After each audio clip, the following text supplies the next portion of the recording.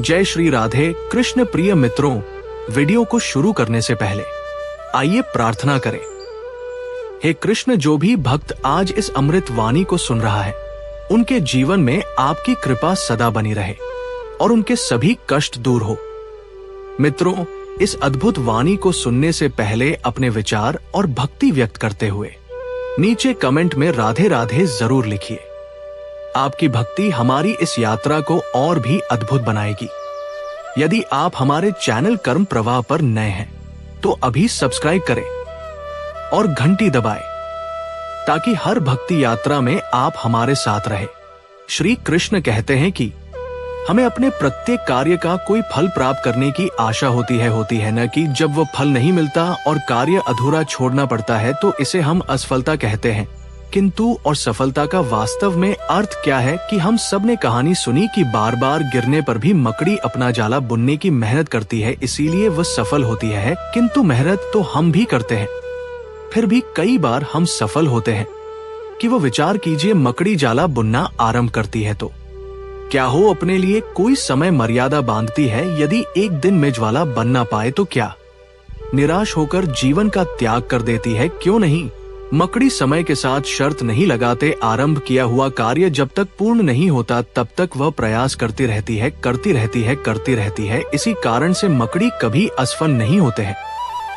ये विचार कीजिए, केवल 10 का दम में पर्वत की चोटी पर पहुंचने की शर्त लगा ले तो हम अवश्य 11वें कदम पर स्वयं को और सफल मानेंगे न है, किंतु हम केवल चलते रहने का निर्णय करे तो पर्वत की चोटी पर देर सवेर अवश्य पहुंच जाएंगे। कि पर्वत लौटने में सफलता तो अंतिम कदम पर ही मिलती है, उससे पहले के प्रत्येक कदम असफल ही होते हैं।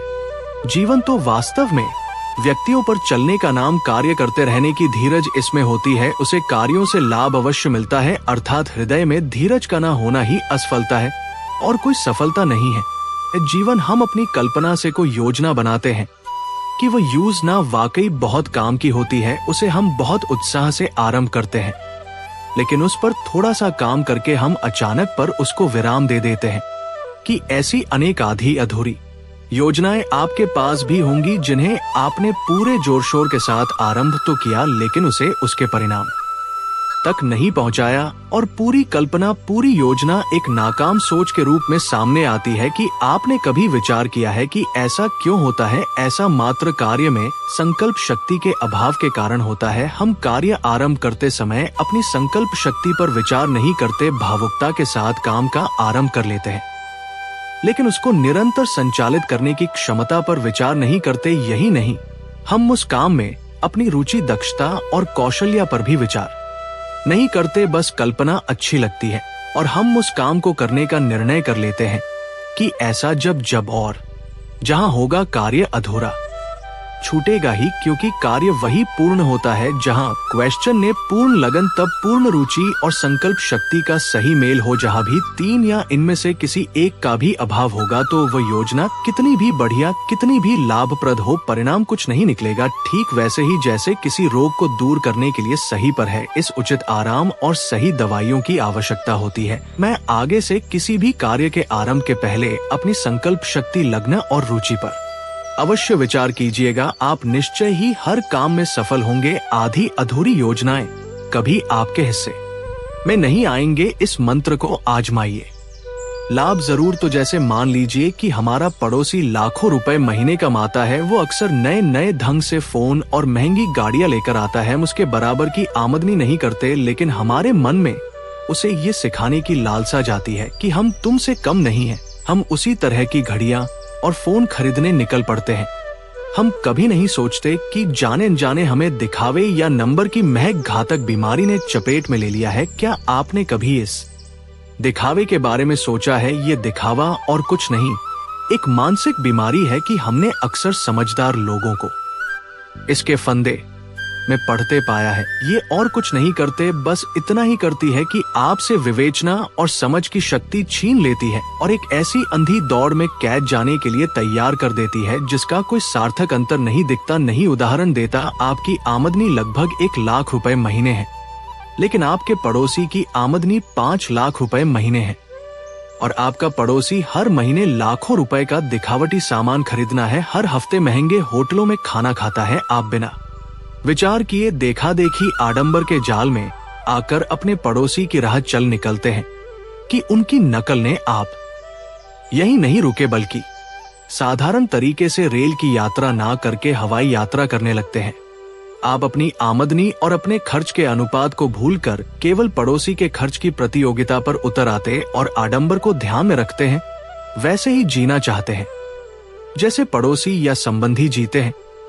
महीने 2 महीने या 3 महीने के बाद होने वाली आपकी ओर रुझान का हर कोई सरलता से अंदाजा लगा सकता है। ऐसा नहीं कि आप दिखावे की इस जंजाल से बच नहीं सकते। बस पड़ोसी या संबंधी क्या खरीद रहे हैं, इस पर ध्यान देने के स्थान पर आप इस पर ध्यान दें कि उनकी खरीद के पीछे कितना उनका धन बल है और कितना आडंबर। एक बार अगर आपने सर गणित को समझ लिया तो जीवन में आप कभी भी किसी तरह के आडंबर के खेल में नहीं फंसेंगे ना। कि अक्सर लोग अपने आसपास की स्थितियों से असंतुष्ट होते हैं।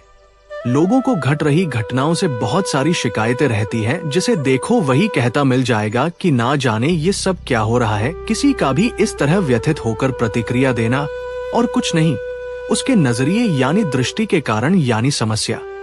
दृश्य में जितनी नहीं उससे अधिक दृष्टि की है वास्तव में। ये हम पर निर्भर करता है कि हम अपने समय और समाज की स्थिति को किस तरह से देखते हैं।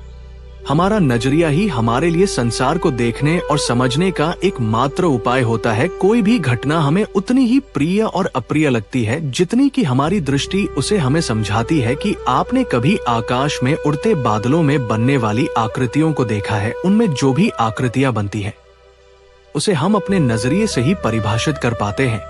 एक ही समय में वो एक बादल का टुकड़ा किसी को शेर और किसी को खरगोश दिखता है। कैसे? ये केवल नजरिए के कारण दृष्टि के इस मर्म को हम एक कहानी के द्वारा समझने की कोशिश करते हैं। किसी आश्रम में गुरुजी अपने 2 प्रिय शिष्यों के साथ रहते थे।